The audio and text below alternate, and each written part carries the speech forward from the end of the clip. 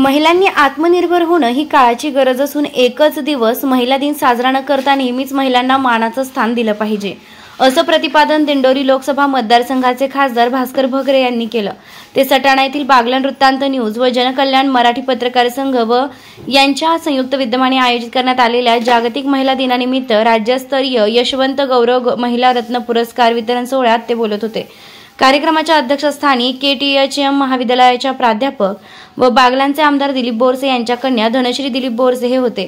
तर प्रमुख अतिथी म्हणून आंतरराष्ट्रीय वेटलिफ्टिंग कोच तृप्ती पराशर, सनपाचे प्रशासकीय अधिकारी संजना आहिरे, समको बँकेचे चेअरमन कल्पना येवला, वात्सल्य रुग्णालयाचे संचालक डॉक्टर सुस्मिता सोनवणे, ॲडव्होकेट मनीषा पवार, जनकल्याण मराठी पत्रकार संघाचे महिला राज्य अध्यक्ष मनीषा पवार, गायत्री सोनवणे आदी विचार मंचावर उपस्थित होते। कार्यक्रमाचं प्रास्ताविक कल्याणी धोंडगे यांनी केलं तर कार्यक्रमाचं सूत्रसंचालन अर्चना आहेर गणोरकर यांनी केलंय।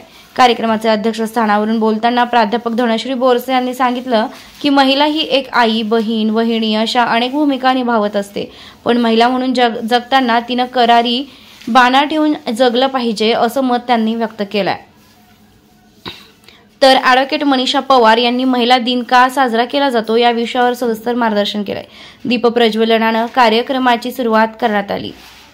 कार्यालयाला बागलाण वृत्तांत न्यूज व जनकल्याण मराठी पत्रकार संघाचे रफिक सय्यद, सुखदेव खुर्द, आनंद दाणी, मंगेश भांबरे, दिनेश पगारे, अमोल जाधव, सचिन सोनवणे, प्रशांत भांबरे, संदीप सोनवणे, किशोर म्हसदे, विनायक इनामदार, रणधीर भांबरे, गणेश बागुल, वैशाली बिरारी, तेजश्री बडगुजर यांच्यासह अनेक महिला मोठ्या संख्येने उपस्थित होते।